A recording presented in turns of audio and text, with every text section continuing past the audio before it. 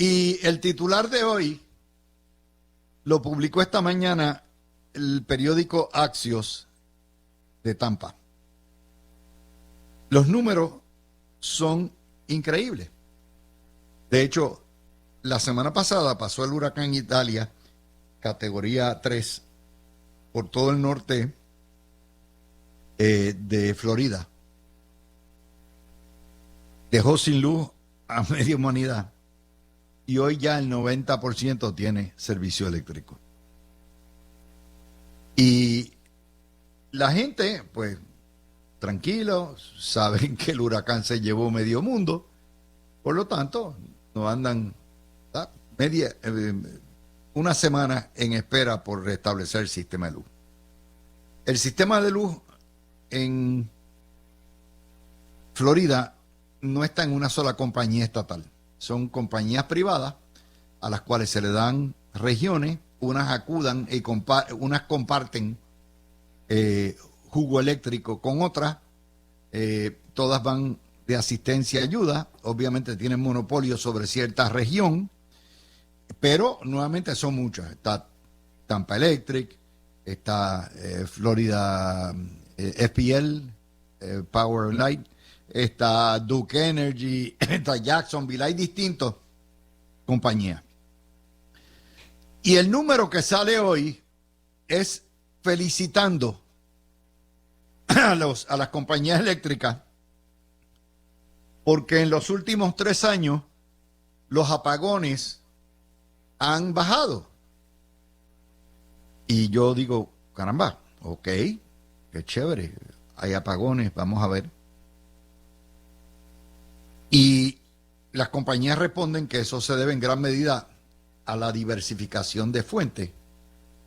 En la medida en que hay más fuentes solares, más baterías, el gas natural, y no dependen del petróleo con las altas y bajas de los costos del petróleo, y dependen también de eólico y distintas fuentes, pues han ido bajando los apagones. Yo dije, ¿cómo comparará eso con Puerto Rico, verdad? Bueno, pues escuchen lo que es. El floridiano promedio sufre 1 hora y media sin luz al año. 1 hora y media de apagones al año. Esto es en promedio. Esa cifra se ha cortado de 3 horas en el año 20 a 1 hora y media en el 23. El promedio en todos los estados en términos de apagones es 7 horas. 7 horas al año, no al día, al año. Que un americano promedio pasa sin electricidad debido a sopetazos, apagones, tormentas o lo que hay. Eso incluye tormentas, huracanes, nevadas, todo tipo, fuegos forestales que se va, todo tipo de incidente que haya incidido o ha causado la interrupción del servicio eléctrico. Yo les puedo decir aquí, por experiencia propia, 2 años viviendo en Florida, que han pasado por aquí cerca 3 huracanes y en ningún momento se ha ido a la luz ni en internet. Y huracanes categoría 3 y 4. En ningún momento. Y donde se va la luz mayormente es donde hay ramas, donde hay alambre, postes con alambre, donde tocan las ramas, donde explotan los transformadores, donde hay inundaciones. Eso es donde más se va. Pero gran parte de la Florida está soterrada, contrario a Puerto Rico. Yo me puse a preguntar entonces, ¿cómo compara esto a Puerto Rico?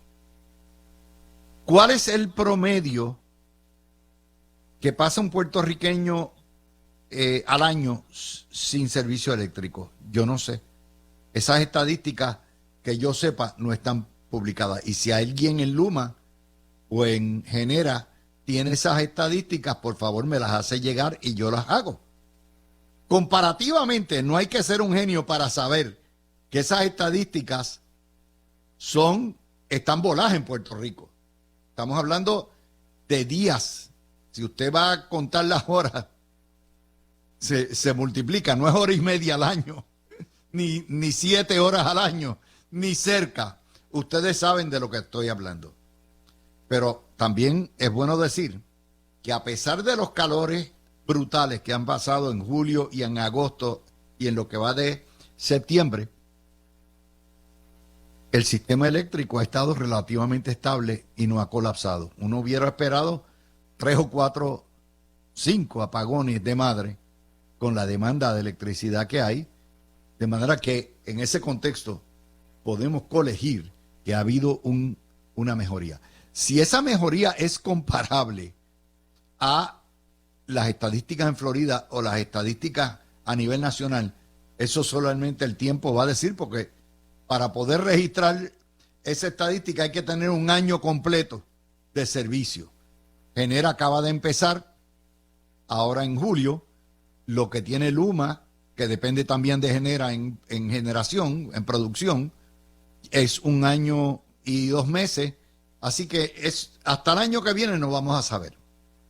Pero como este programa se caracteriza por darles a ustedes un ángulo totalmente distinto de noticias, me pareció conveniente comenzar, porque este es el tipo de información que no le va a dar el periodismo puertorriqueño, y si se las da totalmente matizadas en contra de la privatización. Por lo tanto, garbage in, garbage out.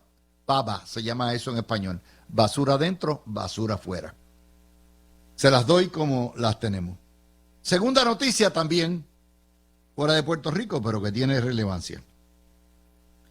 Los españoles, que tienen un mundo de cultura por arriba de nosotros,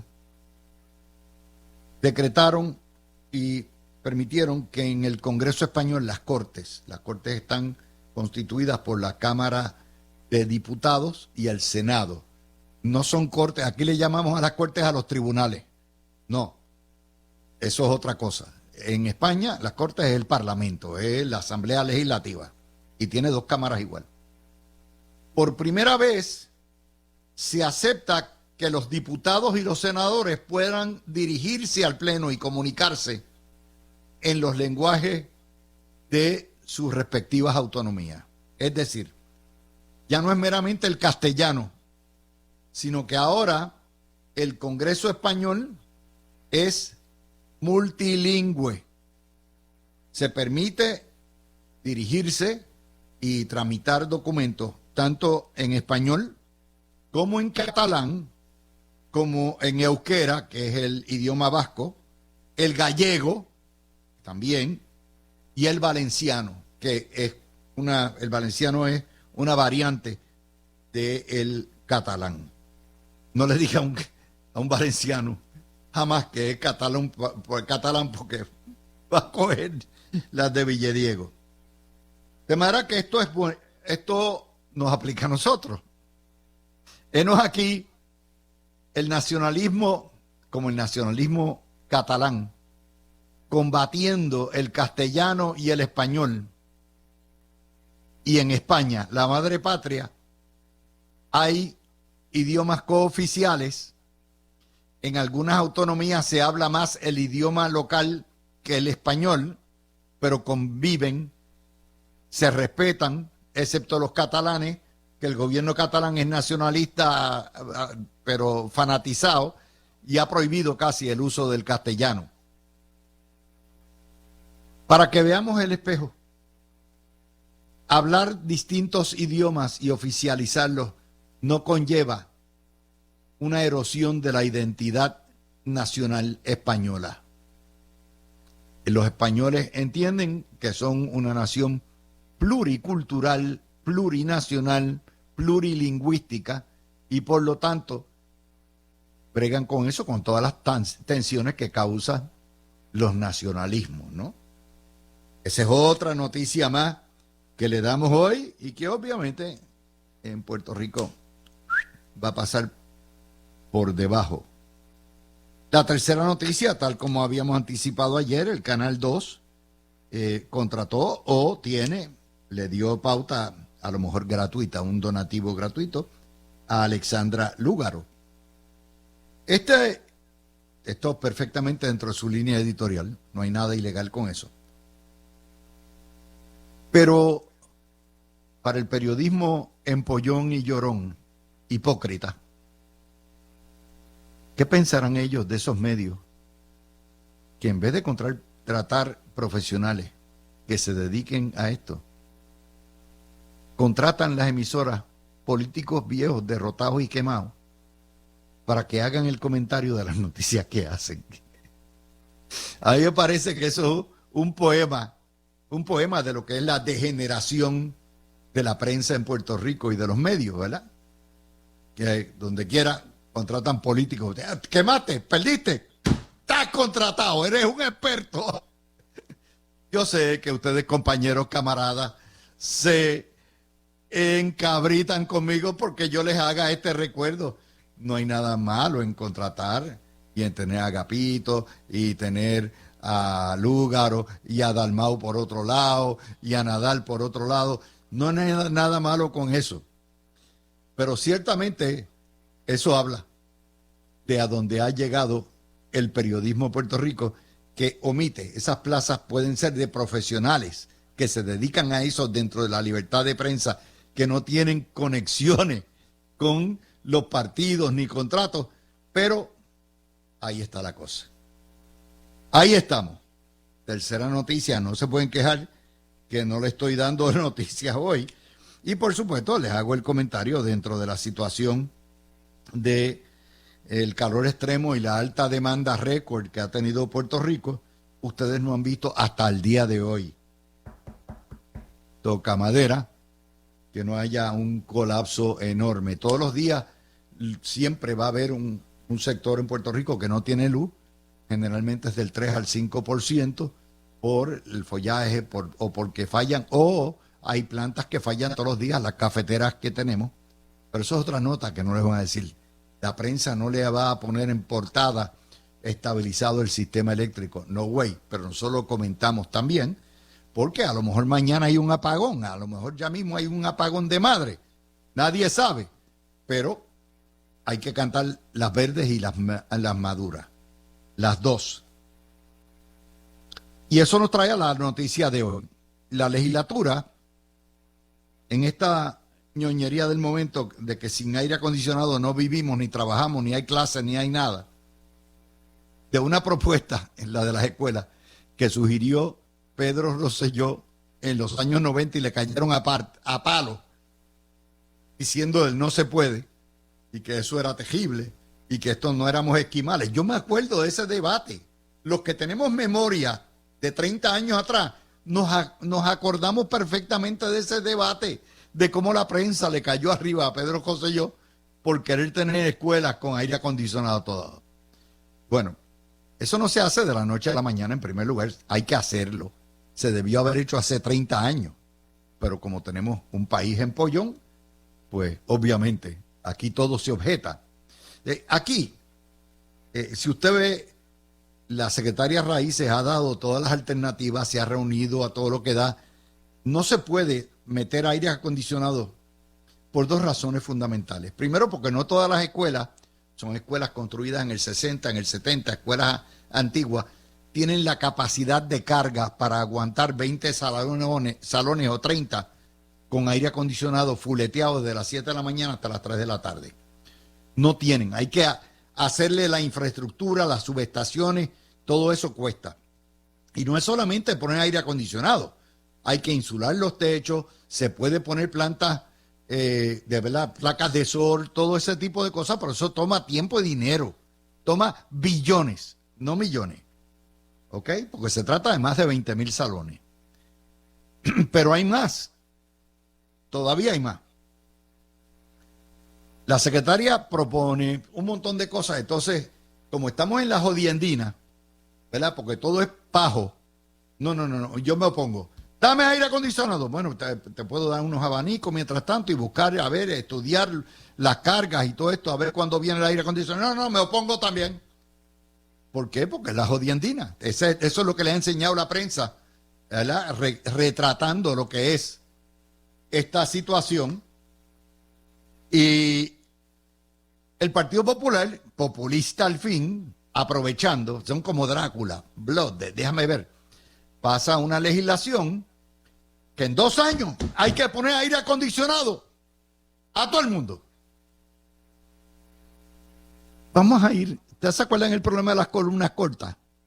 Que afectaba a 500 escuelas de 850. ¿Sabe cuánto nos tomó arreglar las columnas cortas después del huracán? 6 años. Y ellos quieren que aquí se arregle el problema de las cargas y del aire acondicionado de un día para otro. Pero ¿qué pasa? Yo les dije que eso tiene un costo.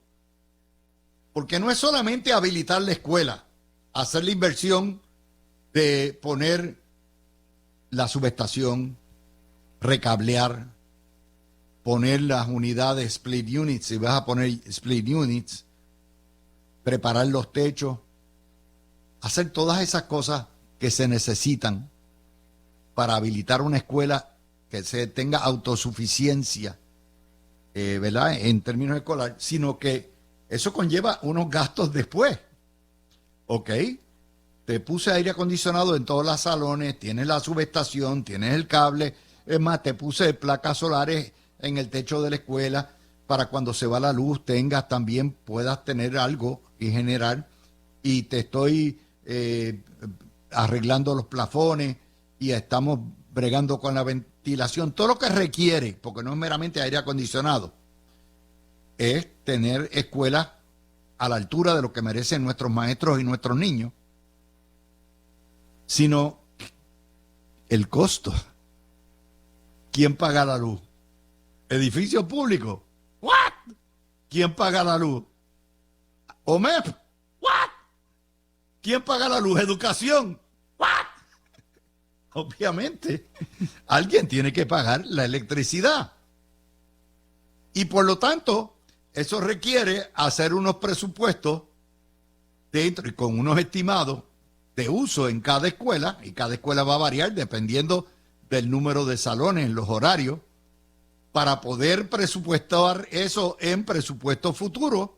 Cuestión de que cada escuela y cada distrito escolar, quien vaya a pagar, sea quien se encargue y eso esté presupuestado. Y eso nos trae a la próxima noticia. Esa propuesta del Partido Popular, que es politiquera, como siempre, es de Drácula, la Junta de Control Fiscal, criatura de ellos, la va a matar porque altera el plan fiscal.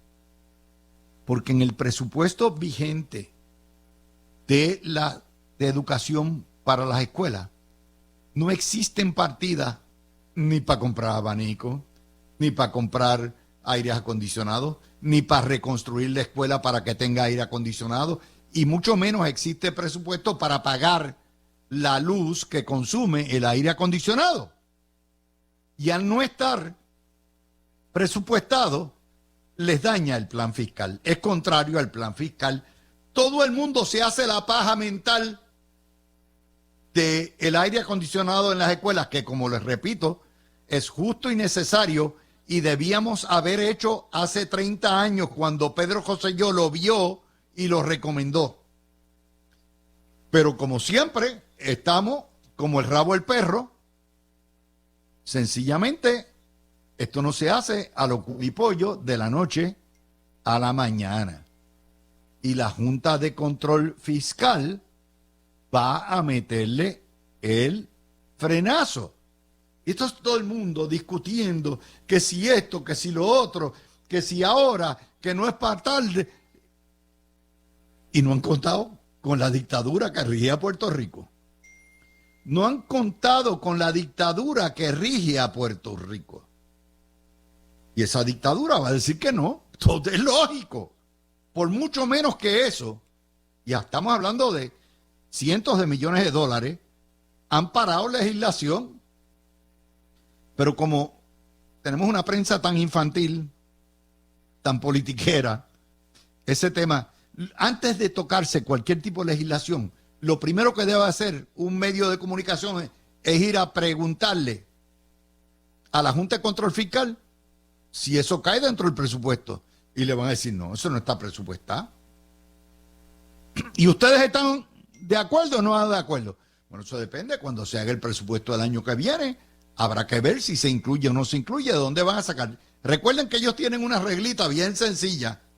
Y es peso que se gaste adicional, me tienes que buscar el ingreso de ese peso que se gasta. Una fuente de repago. Y ahí es donde la puerca entorcha el rabo, porque el sistema no pare más. Y está, esos 12,000 millones que hace el erario, están repartiditos. Y las ayudas federales de reconstrucción de las escuelas, no sé si incluyan aire acondicionado, porque no puede ser reconstrucción porque no habían aire acondicionado antes.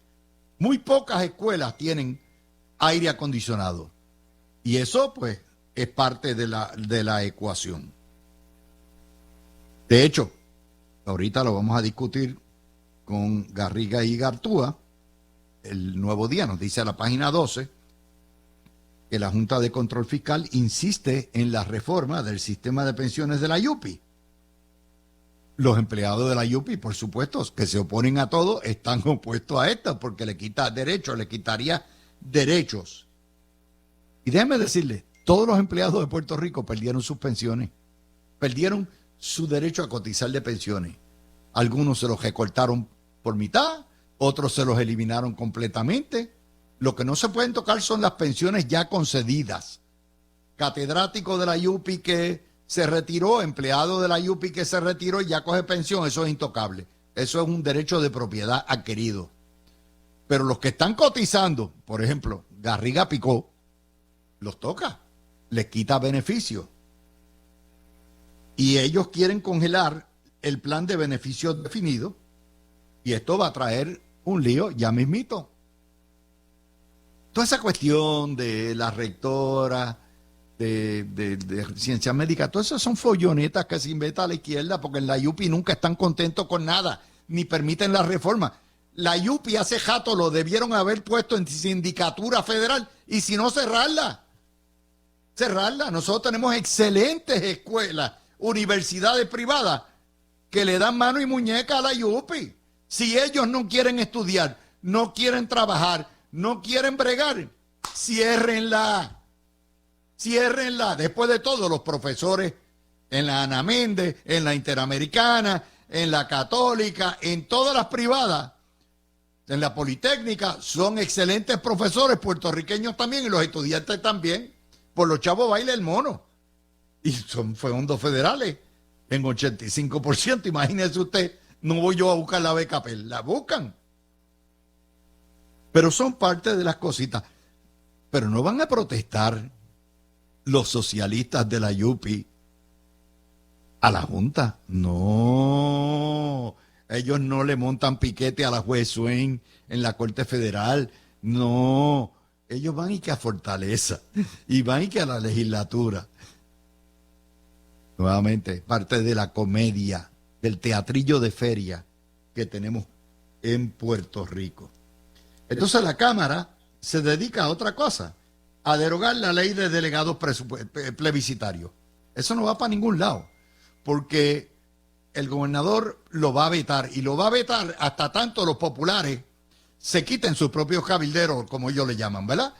Quítense los 2 millones de pesos esos que entre el Senado, Cámara y municipio le pagan a Charlie Black y compañía. Quítense los millones de pesos que las uniones le pagan, ¿verdad? Que sacan de los chavitos de los empleados para pagarle a cabilderos que paren la estadidad. Y ese día quitan, aparte de que todo esto es una paja mental, son pajaritos preñados. ¿Por qué? Porque la ley de los delegados de estatus termina es propio vigor el día 31 de diciembre del año que viene. Se acabó, no hay reelección. Pero tenemos que discutir las ñoñerías. Tenemos que discutir todo lo que es irrelevante, porque el Partido Popular no pare más. Y fuera de jorobar y de obstruir y de politiquear, no saben hacer otra cosa, por eso se están muriendo. como partido, como institución, porque no paren. Y esa es la realidad. Ese es otro tema. Vamos a la pausa. Traigo en este segmento a nuestro Alan Maccabi para discutir el tema que hoy está, de hecho todos los días está en portada, la crisis nuestra de cada día. Si fuera por las portadas periodísticas en Puerto Rico y la manera que la prensa trabaja, Puerto Rico sería el país más desastroso y de mayores crisis. De hecho, no existiríamos de tanta crisis. Hoy el titular del Nuevo Día es crisis en las escuelas del país. Buscan alternativas ante los efectos del calor extremo. Calor extremo que ha afectado al globo terráqueo completo, incluyendo todos los países del Caribe. Pero si ustedes se fijan, aquí todos los días buscan los titulares. Hay crisis de salud, crisis del asesinato de mujeres, crisis de violencia infantil, crisis de calor extremo, crisis de fuente las pensiones, crisis de los sin hogar, crisis de hospitales, crisis de médicos, crisis de la Universidad de Puerto Rico, crisis de la escasez de empleados. Aquí, y uno ve a la gente lo más tranquila, felices por la calle, yendo a los conciertos y dice, diablo, man, esto es un país en crisis. Quiero empezar con ese tema porque la verdad es que la gente, la palabra crisis es la palabra más prostituida del periodismo puertorriqueño y lo que ha hecho es que la gente ya se ría de la situación. Tengo a Alan. Adelante, Alan.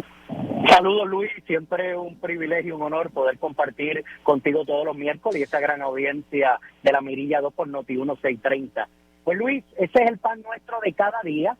En Puerto Rico hay unas minorías que están en contra de todo y a favor de nada, que viven del piquete, que viven de protestar, típico del Partido Independentista, del Movimiento Violencia Comunista, que solo critican, no hay soluciones, no hay plan, no aportan nada. Inclusive se levantó de nuevo esta Federación Comunista que dice representar maestros, que uno de sus líderes es un allegado de Nicolás Maduro, de Diosdado Cabello, de Daniel Ortega, y como tú has explicado, Luis, qué interesante ver cómo el viejo San Juan se llena los fines de semana con el calor que hace, tanto turistas como turismo interno de boricuas disfrutando los encantos del viejo San Juan, disfrutando las playas de Puerto Rico, con el mismo calor, con la misma situación. Se van a hacer filas de horas y horas para ver conciertos de conejos malos.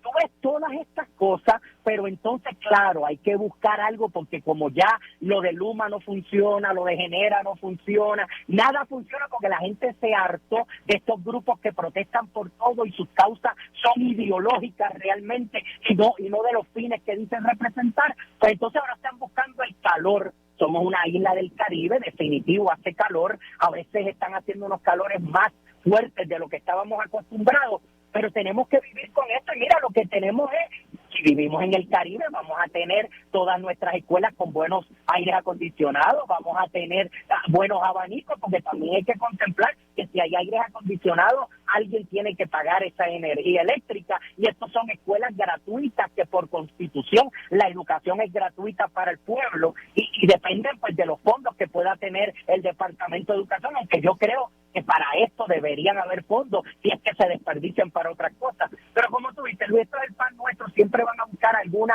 tontería, porque la mayoría de las veces que vemos estas protestas son por tonterías, que solo las llevan para ver si crean un caos, si levantan gente, a ver si logran nuevamente un verano del 19, si nuevamente generan manifestaciones como aquellas de Vieques. Pero yo creo que ya la gente le vio la costura y ya la gente se hartó de estos grupos que solo destruyen económica y socialmente a la isla de Puerto Rico.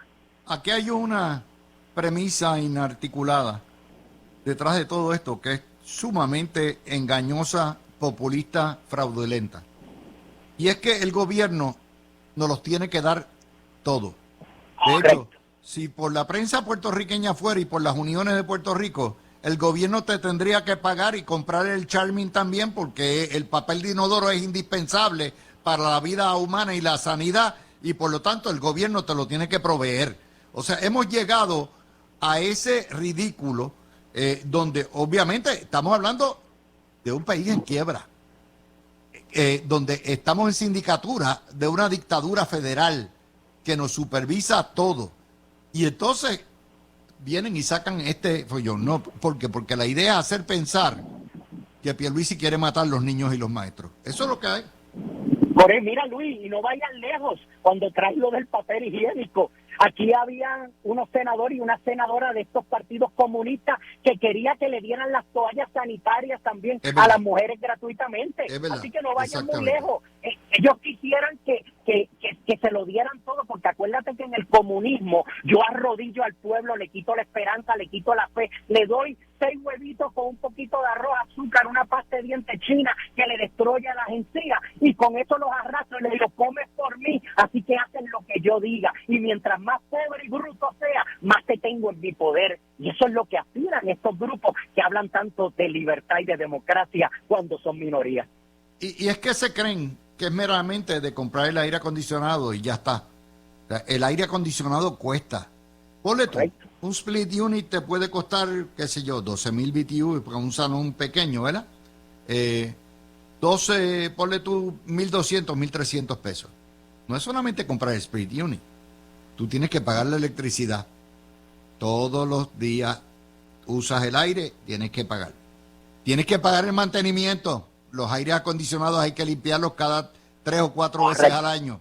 Y eso cuesta.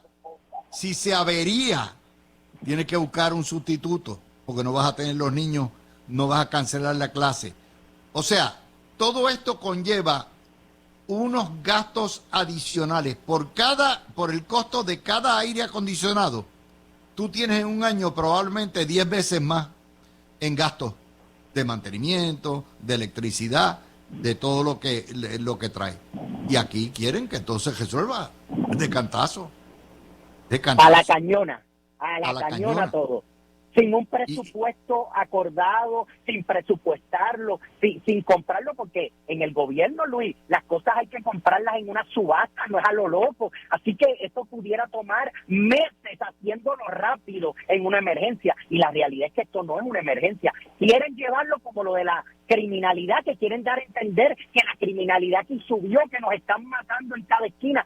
Todo es para crear caos, para decir que todo es culpa de Pedro Pierluisi, del PNP, del gobierno, de la legislatura. Ya el pueblo se cansó, Luis, de tanta mentira de estos grupos de izquierda radical, socialistas de cartón comunista, que son la inmensa minoría del pueblo.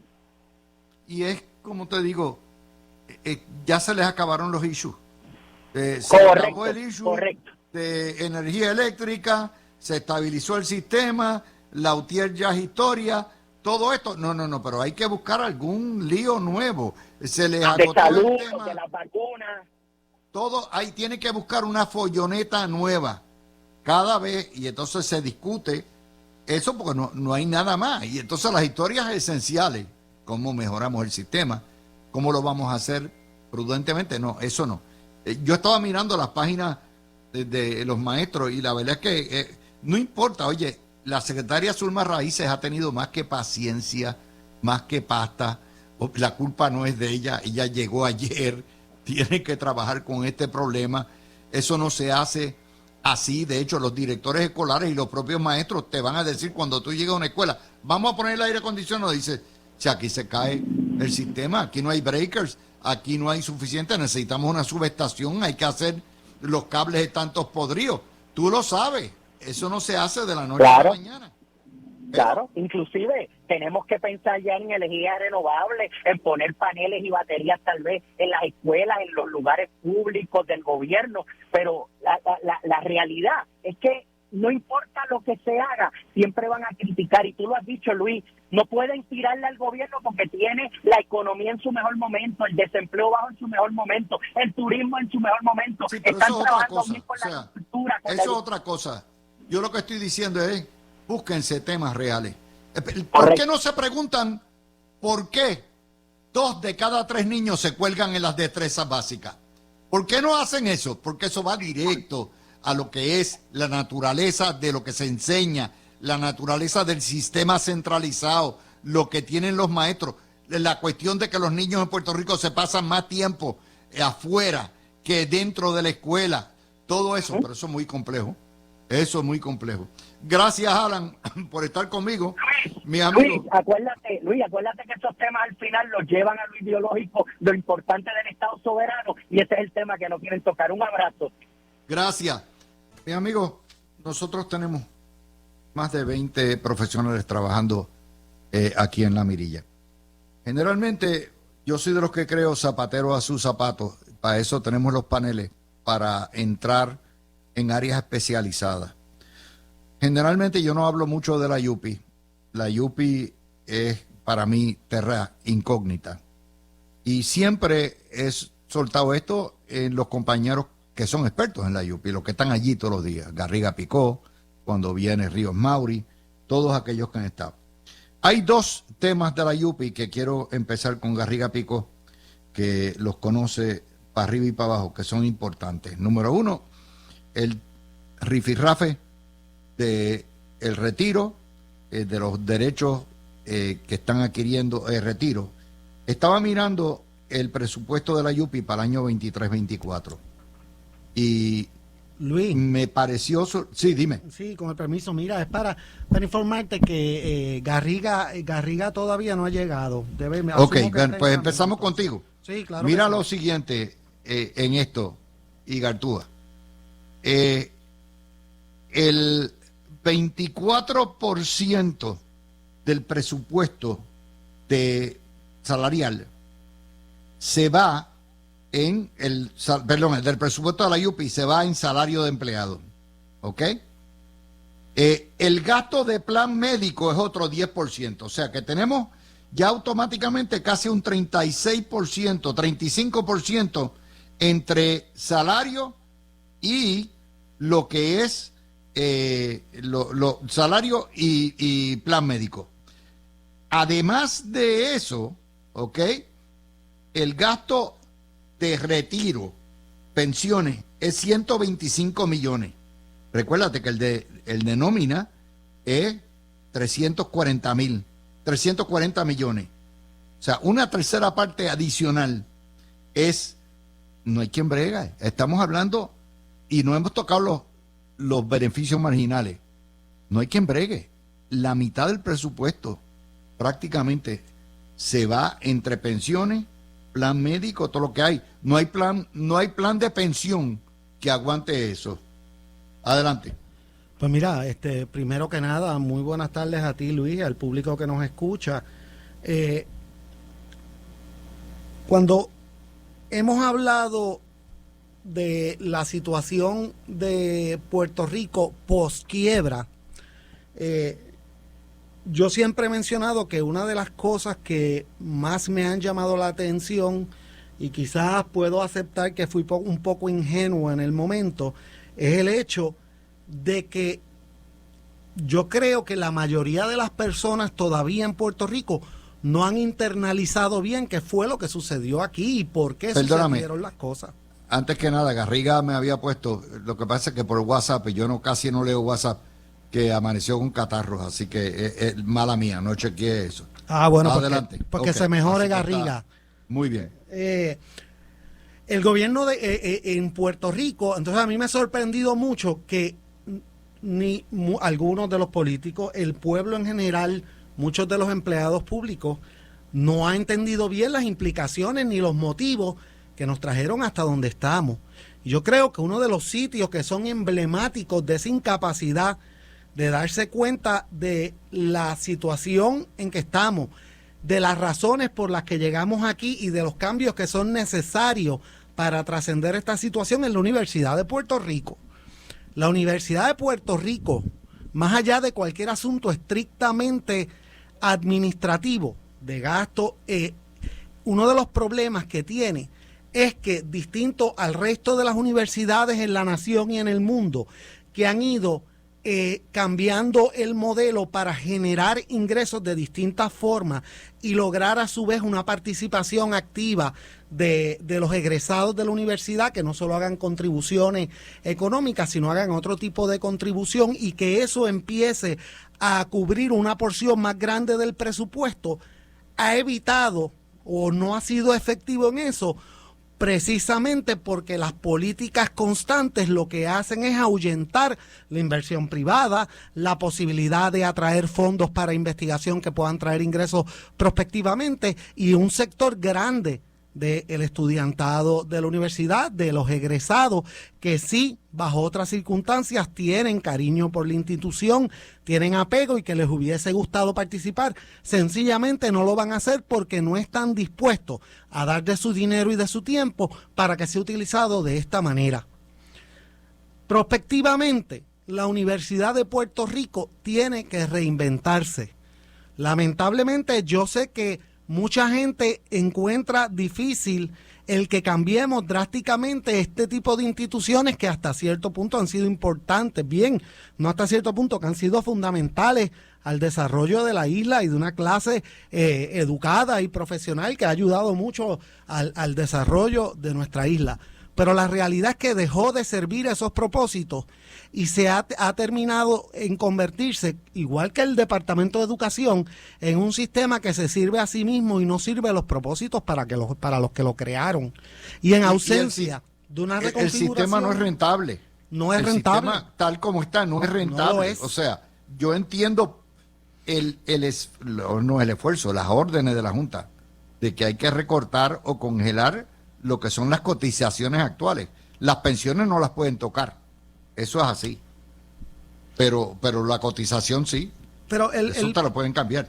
Nuevamente, parte del problema que vamos a tener, por ejemplo, en la Universidad de Puerto Rico, es que aún contra cualquier medida como las que pretende o recomienda o implementa la Junta, la realidad es que se supone que la concentración de la entidad como tal no se limite a los gastos de la entidad. Sí son importantes, pero también hay que buscar una forma de atraer nuevos ingresos y no depender del gobierno que ya quebró.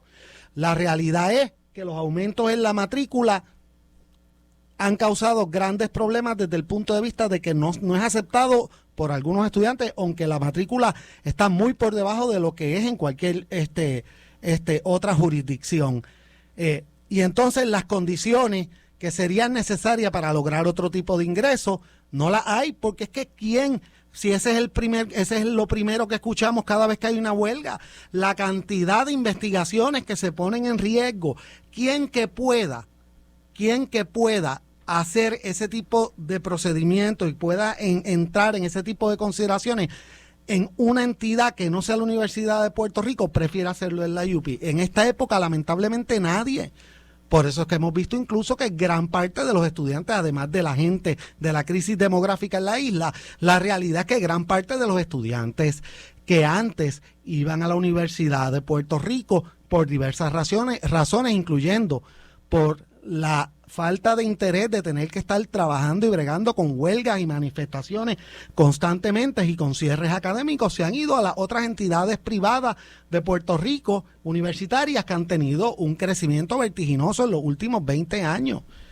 Así que la historia, yo creo en eso, Gregorio, es que tarde o temprano, aquí va a haber una huelga.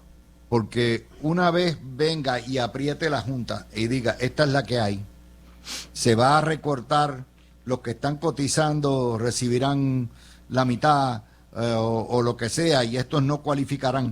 Ahí es donde se va a formar el lío y ahí van a cerrar la universidad y eso va a venir. Y obviamente van a querer hacer la huelga, regarla por Tuato Rey y todo lo que da, pero la culpa no es ni del gobernador ni de la legislatura. Donde manda capitán no manda marinero, ¿no? Ahí es donde está el problema. No, yo coincido contigo. O sea, es doble las cosas, es por dos vías que viene eso. Por un lado, lamentablemente, todavía aquellas personas que históricamente querían utilizar la universidad políticamente, lo continúan haciendo para hacer impacto político. Lo que pasa es que no tienen la misma capacidad, la misma capacidad de convocatoria, etcétera. Y eso viene tarde o temprano. Entiendo que me están informando que tenemos por teléfono a otro de los participantes. Garriga, que está por teléfono. Garriga. Yo sabía que no se podía, seguro. Con todo y catarro, Seguro. el moquillo no lo para. Saludos. Adelante, Gary. Estoy aquí. Adelante.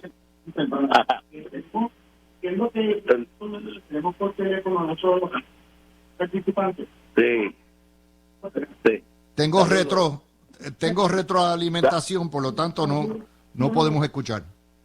Saludos a todos allá.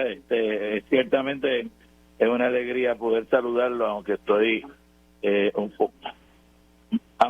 poco enfermo, pero por lo menos puedo saludarlo. Adelante, tu comentario, Garriga. Sí, mira, estaba tratando de, no sé, ustedes no me están escuchando. Sí, te estamos escuchando. Sí, ya sí. Ok. Es una alegría poder saludarlo. Mira, entonces, lo que yo creo que es importante darse cuenta es que la Universidad de Puerto Rico en realidad tiene unas dificultades que surgen de la manera que durante mucho tiempo se ha gobernado. Se ha gobernado de una manera que atiende a unos proyectos de la izquierda y a unos proyectos de unos líderes obreros y de unos proyectos que en realidad no son los que hacen que la universidad pueda tener excelencia y que pueda conseguir los estudiantes que quiere y que pueda de esa manera mantenerse por su cuenta. El problema es que durante mucho tiempo la universidad no se podía mantener por su cuenta, pero el gobierno la mantenía de todas maneras porque era una manera política de mantener, sobre todo los gobiernos populares, mantener un sitio donde había una oposición a la estadidad y al Partido Nuevo Progresista.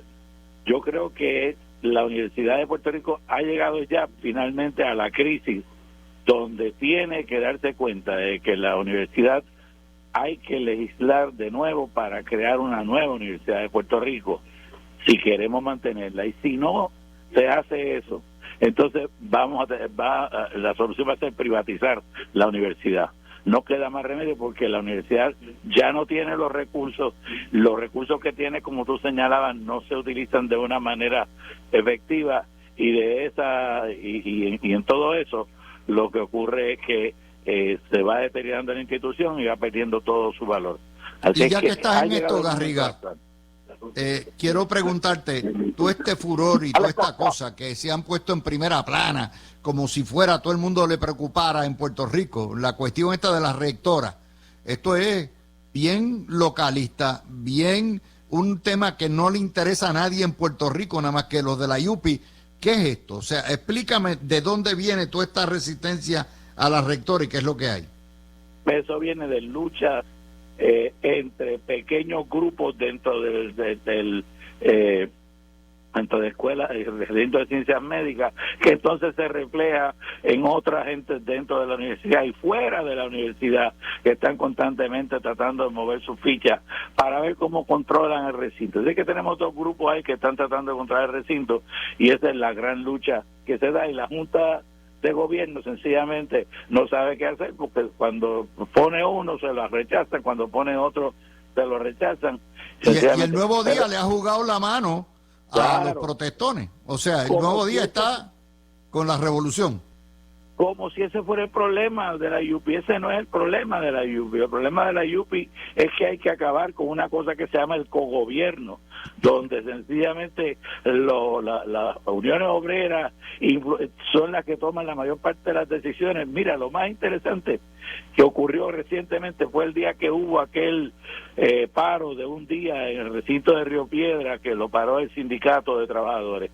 Pues al fin y al cabo el sindicato de trabajadores fue el que ganó, pero lo pararon la universidad, y los jerarcas de la universidad proclamaron que ellos habían triunfado porque consiguieron que el gobierno y la Junta de Supervisión Fiscal se doblegaran ante lo que quería el sindicato. Y yo estoy de acuerdo con que lo que pedía el sindicato era justo, pero yo no hubiera negociado con ellos mientras estuvieran en huelga, porque sencillamente la huelga esa es la que le hace daño a la universidad. Ahora lo recompensaron por la huelga que hicieron. Ahora vamos a ver que todos los otros grupos, cada vez que quieran que la universidad haga algo, también se van a ir a la huelga. Es así, es un basket case. De hecho, yo lo que oigo en la calle es que la gente dice, ciérrenla, acaben ya. Esto no merecen, no aprecian, no entienden lo que es la función de una universidad pública, y eso es una de las tragedias que hay en Puerto Rico, porque la UPI es una institución importante en eso, Gregorio Gartúa. Como bien mencionas, o sea, la Universidad de Puerto Rico no solo ha tenido una función fundamental en la isla, sino que yo tengo fe de que lo puede, por lo menos tiene el potencial de serlo en el futuro. Lo que pasa es que no lo puede hacer bajo las situaciones y las condiciones actuales. La universidad, como está actualmente, no funciona. Depende de ingresos que no existen, y la estructura actual impide que se busquen otros ingresos. Ese es uno de los problemas grandes. Olvidémonos por un segundo del gobierno.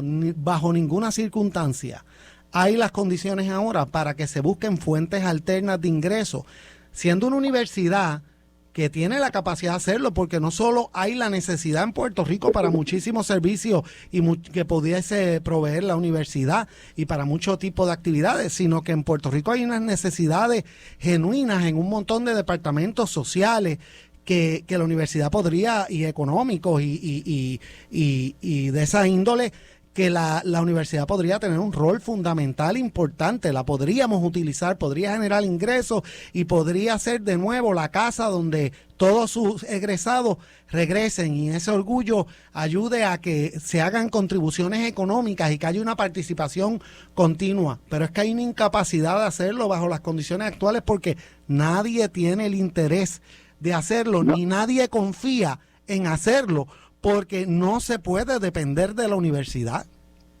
No, mira, dentro de la universidad hay un régimen de terror. La Junta de Gobierno de la universidad trabaja dentro de un régimen de terror, de lo que van a decir los estudiantes que están en la Junta, la información que van a pasar, lo que van a decir los profesores que están en la Junta. En la próxima. Pero eso porque son unos culiflojos todos, empezando por el presidente, que son unos culiflojos. Pero tienen que cambiar la composición de la Junta. Ese es el primero. Por eso es que digo que hay que comenzar por legislar, porque la Junta no trabaja, la administración central no trabaja, los rectores lo que tienen que hacer es nada más que mantener la paz laboral, y para eso entregarle todo lo que pidan los trabajadores, los obreros y los diferentes grupos. Es decir, hay que cambiar la ley de la universidad, que es la que permite todo eso. Mientras exista la ley de la universidad como está, podemos sacar a todo el mundo, meter gente nueva, y la gente nueva va a terminar haciendo lo mismo, porque es que la ley lo permite, que esa influencia de grupos que no deben estar en la administración de la universidad se proyecte de esa manera. Sí, definitivamente es un basket case. O sea, yo no entiendo, Igartúa, por qué la Junta de Control Fiscal no puso un síndico a cargo de la UPI. O sea, si Puerto Rico entero está en sindicatura y lo que hace el gobernador o lo que hace la legislatura vale 3 chavos, yo no entiendo cómo diablos no han puesto bajo régimen a la Universidad de Puerto Rico, ya que tienen el poder. O sea, pues que metan mano y acaben de reformar lo que vayan a reformar, que se vayan para los infiernos viejos, pero que lo usen, ¿no? Luis, lo que pasa con la Junta es, sin entrar en personalismo con las distintas personas como entidad, y más allá de las reservas que uno tiene ya con el hecho de que se haya nombrado una Junta o no, el hecho es que la Junta llegó a Puerto Rico con varios defectos de salida. Lo primero es que la mayoría, y hay que decirlo, algunas personas que estaban en la Junta sí tenían conocimiento de cómo funcionaba el gobierno, pero no tenían representación adecuada ni a nivel de Junta ni a nivel administrativo, por lo menos en sus comienzos, de los distintos componentes del gobierno de Puerto Rico. Y en mi experiencia, que en determinados momentos tuve que bregar con asuntos directamente con la Junta, les puedo decir que había un desconocimiento fundamental de cómo era que operaba el gobierno de Puerto Rico. Por analogía, se pretendía interpretar al gobierno de Puerto Rico o analizarlo bajo los conceptos y los criterios de los estados, de cómo operan los gobiernos estatales en los estados y la estructura que hay allá. Ese fue el primer error. El segundo error es que el énfasis casi completo fue en buscar el repago, que era una parte importante, yo no lo minimizo. Había que buscar y hay que buscar el repago porque volver a los mercados es necesario para uno poder, para que el gobierno pueda funcionar a largo plazo, no hay duda de eso. Pero nunca hubo esa visión comprensiva que la ley hasta cierto punto sí la contiene, de desarrollo económico y de suplementar las medidas exclusivamente fiscales con medidas que fueran dirigidas a preparar a Puerto Rico para una mejor operación a largo plazo y sus dependencias. Y lo estamos viendo, los proyectos grandes de desarrollo económico nunca se han terminado de canalizar adecuadamente, no los estamos viendo, no se han dado con la celeridad que se supone que se dé, porque la ley incluso les autorizaba a ignorar algunas de las leyes que usualmente detienen los proyectos para echarlos adelante más rápido. Y entonces, en ese sentido, si tú de salida tienes un defecto en tu visión y en tu entendimiento de la entidad con la que estás trabajando, la cual de por sí es un monstruo y lo sabemos, y con todas las complicaciones e idiosincrasias políticas del sitio, es bien difícil tú lograr lo que ellos han pretendido lograr. La YUPI es irreformable. Mientras sea la institución más politizada por la izquierda en Puerto Rico, es irreformable. Y así hay muchas otras. Es con lo que dice Garriga. Lo que dice Luis, y hay otras que son iguales, otras entidades. Lo triste no es que no sean reformables, porque si lo aceptamos, implementamos las medidas necesarias para corregirlo, hacer entidades nuevas, lo que sea. El problema es que no ha pasado ni la etapa de aceptación todavía sobre esto. Ok, Garriga, dime, para cerrar el segmento. Déjame decirte esto. El problema es que la Universidad de Puerto Rico es irreformable, como tú dices, Luis, dentro de la ley universitaria que existe en este momento. La ley universitaria que está empujando la izquierda es peor todavía. Una que le llevaron un llamado grupo multisectorial a Tatito y a José Luis Dalmau. Fíjate, eso es para convertir aquello allí en un régimen estalinista. Lo que hay que hacer es cambiar la ley siguiendo los lineamientos de las mejores universidades estatales en Estados Unidos, convertirlo en una actividad que pueda levantar fondos, tanto de la matrícula de los estudiantes como de otras actividades, y entonces echar adelante. Pero para eso hay que transformar administrativamente al interior la universidad. Hay un montón de personas que no trabajan en la Universidad de Puerto Rico, Luis, que no hacen el trabajo. Eso hace. Y eso es sencillamente hay que transformarlo. El que no se dé cuenta, pero los jerarcas del PNP, los gobernadores y los que han estado, no se atreven porque es un problema político. Los gobernadores lo único que le piden a los rectores y a los presidentes y a la junta de gobierno es que le mantengan la universidad quieta, aunque se gasten lo que se gasten, porque lo que no quieren es un dolor de cabeza. Ciertamente, si toman las medidas que hay que tomar, se va a formar revolú, porque los que se están aprovechando de eso van a protestar. Hasta que la cierre. Cuando la cierre 2 años y entienden lo que significa el salario y el valor de la universidad, entonces se acaba la politiquería. No la privaticemos, porque yo creo que no cerrarla no vale la pena, porque va a perderlo todo. Pero seguro. La Universidad de Puerto Rico tiene toda una serie de cosas que se pudieran transferir a un consorcio de universidades de Puerto Rico y de fuera de Puerto Rico, que la administre, que la compre y la administre adecuadamente. Hay un espacio para una universidad en Puerto Rico como la Universidad de Puerto Rico. Tengo que hacer la pausa. Vamos a ir con la cuestión de el tirijala del aumento de salarios de los jueces, y vamos a hablar también con la cuestión de los delegados plebiscitarios y eliminar los delegados plebiscitarios, pero no cabilderos, ni de la independencia ni de del Partido Popular. Regresamos ya mismito. Vamos a regresar con ustedes y vamos a 2 temas adicionales, y esto empiezo con Gregorio. El relajo que tiene el Partido Popular con los salarios de los jueces, algo que es meritorio, que es indispensable, que se lo han prometido tanto el Partido Popular como el PNP. Uno puede entender que los partidos de minoría estén en brote con la judicatura. Pero ciertamente los partidos de mayoría han quedado mucha gente. El Partido Popular ha quedado horrible con esta cuestión. Lo otro, esta legislación de pretender ponerle a las escuelas en 2 años a todos los 20,000 salones aires acondicionados, y eso no está avalado ni está consultado con la Junta de Control Fiscal.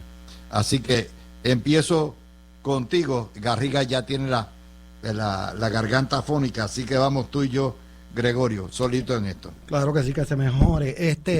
Mira, Luis, como tú dices, vamos a empezar con lo de las medidas, el aumento de salario a los jueces. Yo sé y yo puedo entender que de salida es antipático para el pueblo, como regla general, cualquier tipo de medida que venga a discutir un aumento, sobre todo bajo las circunstancias, ¿verdad?, históricas en que estamos. No obstante, precisamente para eso es que están las personas electas, para trabajar con temas difíciles, no es para trabajar y evadir en todo momento sus responsabilidades a base de estar tras de que el pueblo nadie se oponga o nadie levante la voz. La realidad es que la judicatura hace muchísimos años no tiene un aumento que vaya a la par con los aumentos que podrían encontrar muchas de estas personas en la empresa privada. Y si bien este no es usualmente el criterio que debe haber, la realidad es que en términos de esta rama de gobierno en particular, para ser juez hay que ser abogado. Y hay una dificultad en este momento, ha habido una dificultad de reclutar jueces, lo cual ha tenido un efecto sustancial sobre la administración de la justicia y el trámite de los casos. No solo eso, estamos viendo constantemente cómo la cantidad de jueces que se están, jueces buenos de distintas ideologías, jueces que con mucha experiencia que se están retirando porque entienden que ya en esta etapa no es atractivo a hacer a llenar y desenvolver. A lo mejor eso es lo que quiere el Partido Popular. Vaciar la judicatura, cuestión de que ellos puedan darse banquete total cuando lleguen al poder, si llegaran al poder. Quizás, pero tenemos que dejar claro, si esa es la estrategia, que estamos quemando la casa. La realidad es que un atraso mínimo que haya en los casos tiene un efecto prospectivo grandísimo. La cantidad de los jueces están trabajando con un volumen altísimo de casos. La calidad de los jueces, y no quiero hablar de nadie en particular, pero tenemos que ser sinceros, la calidad de los jueces no necesaria, de las personas que están aspirando en el agregado, no necesariamente es el misma calidad en cuanto a experiencia y conocimiento que teníamos en el pasado, porque el salario ya no es atractivo. Ese aumento no se da hace tiempo y yo creo que es necesario preservar. Y la pensión se acabó también. No, claro, porque uno de los atractivos era la pensión, que era el atractivo una principal judicial y te fueras tranquilo a los 30 años. Eso se acabó. Precisamente. Entonces, ¿qué vamos a hacer? Vamos a coger una rama tan importante como la rama judicial, tan necesaria, donde no solo es a nivel de los casos que vemos, que son que a nivel general pues tienen prominencia pública, sino hablamos de todos los asuntos que se discuten día a día, desde los tribunales municipales hasta el Tribunal Supremo. ¿Qué vamos a hacer? Vamos a retrasarlos aún más. Vamos a limitar la capacidad de resolver las controversias cuando se tienen que hacer. Vamos entonces a buscar que las personas con mayor preparación y con mayor conocimiento decidan no participar de esa rama de gobierno, que tomen unas decisiones que son trascendentales para la vida de las personas, que pueden envolver la libertad de una persona, su propiedad o incluso su vida. Y yo creo que si bien como regla general es antipático hablar de aumento, hay casos y hay casos. Uno de esos casos es este. La realidad es que la judicatura no se le da un aumento hace mucho tiempo. Según tengo entendido, la rama ha identificado los recursos ya, por lo tanto que no es que lo último que había escuchado no es que estaba pidiendo recursos adicionales, que se le hicieran asignaciones adicionales, sino que había logrado identificar los recursos internamente y lo que hace falta es que se viabilice. Así que yo como tú bien dices, no lo había pensado hasta que lo mencionaste, de que es una estrategia para vaciar la rama y poder hacer todos esos nombramientos posteriormente si algún día llegan al poder, pero la realidad es que si esa fuera, pues es una táctica bastante peligrosa y bastante triste para el pueblo de Puerto Rico, porque definitivamente cada atraso en cada caso implica un día de atraso en la justicia, y como todos sabemos ya y está trillado, justicia tardía no es justicia. Hay otra nota, que es la cuestión esta de eliminar la ley de delegados, que nuevamente es follonear, porque la ley de delegados tiene una fecha de expiración que es el 31 de diciembre del año que viene. Se acabó, no va a haber más delegados de estatus. Lo que es aquí una locura, me parece a mí, es que quitan los delegados porque entienden que son cabilderos y que cuesta, pero los cabilderos como Charlie Black, como los del Partido Popular, los cabilderos de los independentistas a través de las uniones, eso no los quitan, ¿viste? Y pues, ninguno, ni el Partido Popular, ni el ELA, ni la Independencia tienen mandatos plebiscitarios. Eso se da aquí nada más. Se da aquí nada más porque lamentablemente, antes de entrar a los méritos del asunto particular, lamentablemente el Partido Popular le vendió al pueblo de Puerto Rico por mucho tiempo, y mucha gente lo ha aceptado, que un cabildero sustituye adecuadamente a una persona electa directamente por el pueblo. Esa versión diluida de la democracia a través de cabilderos, si hay alguien que la ha vendido históricamente porque entienden que no es necesario participar en el gobierno federal a menos que sea por cabildero, ha sido del Partido Popular, y obviamente esta medida es consona con esa filosofía que han tenido históricamente, con una diferencia, y esa diferencia es la siguiente. Yo no sé si ellos se han enterado todavía que la política pública en Puerto Rico es la promoción de la estadidad. O sea, ya aquí hay no solo un mandato del pueblo directo, que incluso trasciende en algunos aspectos el mandato legislativo, pero además de eso, a nivel de ley, está reconocido ya que esa es la política pública del pueblo de Puerto Rico, distinto a los gastos que, como tú bien señalas, directamente el Partido Popular a través de los jefes de las cámaras legislativas, que gastan un montón de dinero en cabilderos, que si el pueblo de Puerto Rico entrara bien a ver el historial de esas personas, pegarían el grito en el cielo, sobre todo sus comentarios hacia los latinos y otro tipo de grupos, y en lo que están envueltos en otras cosas, pero entienden que eso es adecuado, pero la política pública establecida no. A la larga, aún cuando tengan esa pretensión, la realidad es que no van a poder hacerlo porque, como bien tú dices, ya está dispuesto por ley.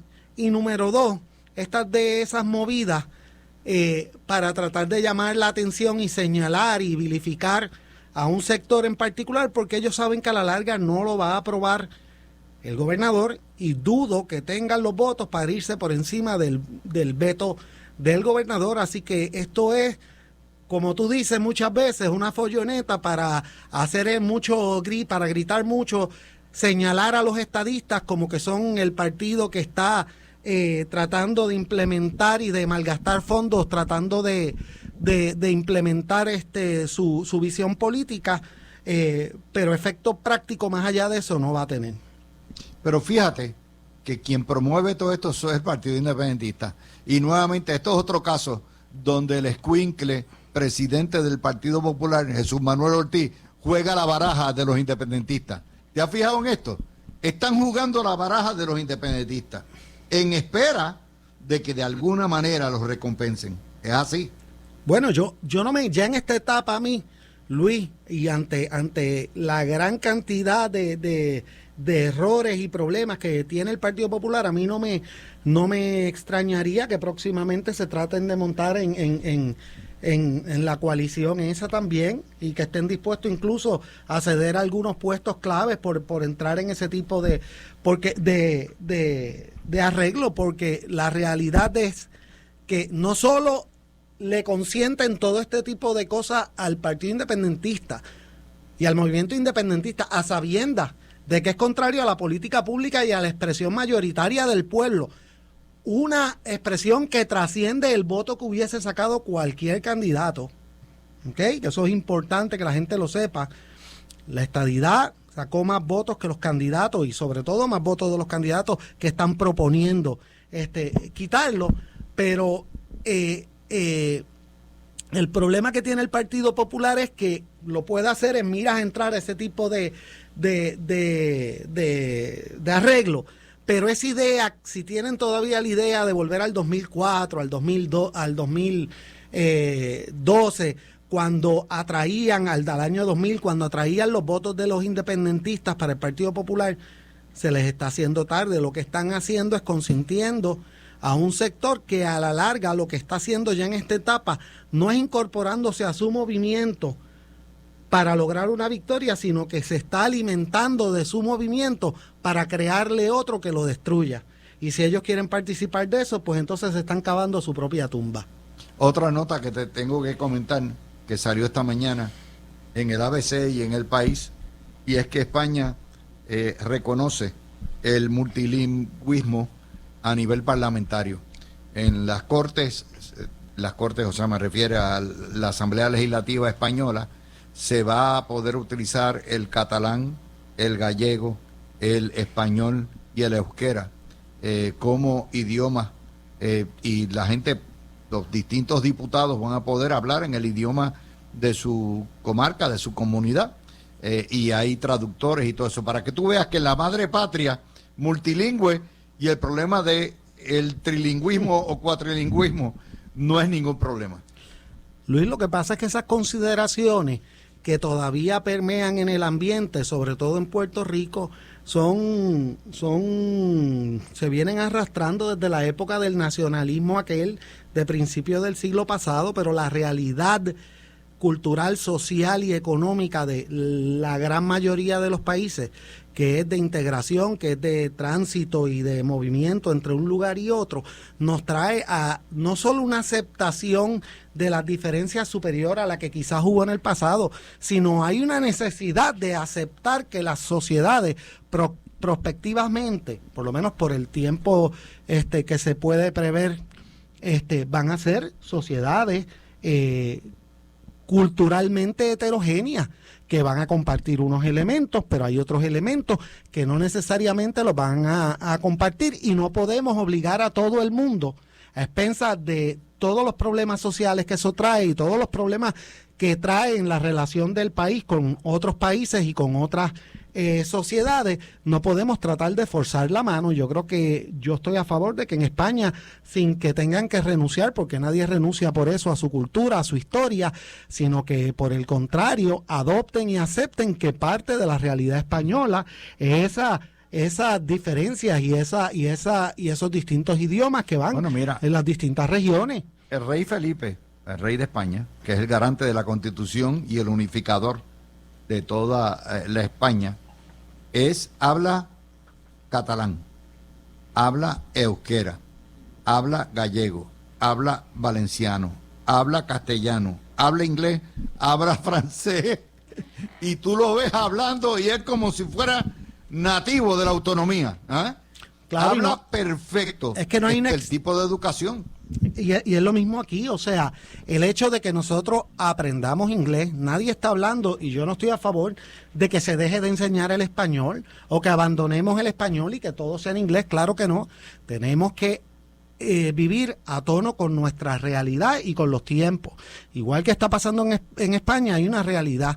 Puerto Rico forma parte o es propiedad de, pero vamos a ponerlo de que forma parte de una federación que también, donde también se hablan distintos idiomas y donde a nivel estatal puede, sin ningún problema constitucional ni legal ahora mismo, conducirse las gestiones en español, y a nivel federal se conducen en inglés, y la sociedad se beneficia del bilingüismo. Aquellos que pretendan todavía estar a principios del siglo XX y estén todavía con estos discursos nacionalistas que ya son arcaicos. Están atrás, son elefantes, son dinosaurios. Son dinosaurios. Y es que el pueblo, Luis, lo importante es esto. Más allá del discurso público, yo sé que siempre hay gente que es fanática y todo lo que dicen los líderes lo adoptan, pero en términos prácticos hay una realidad. Nuestros hijos, todos nuestros hijos son mucho más bilingües que lo que somos nosotros. Exactamente, eso es así. Eso no hay duda. En términos prácticos ya eso está para quedarse. Bueno, gracias a Greg y gracias a Garriga por estar con nosotros en el día de hoy. Garriga, que te pongas bien próximamente. Los espero la semana que viene. Y ustedes, mis amigos, permanezcan en sintonía con Noti1. Por ahí viene Carmen Jovet, después Zulma Rosario, Quique Cruz, Falú y la buena programación de Noti1. Nosotros estaremos con ustedes, Dios mediante, mañana a mediodía nuevamente en otra edición de La Mirilla.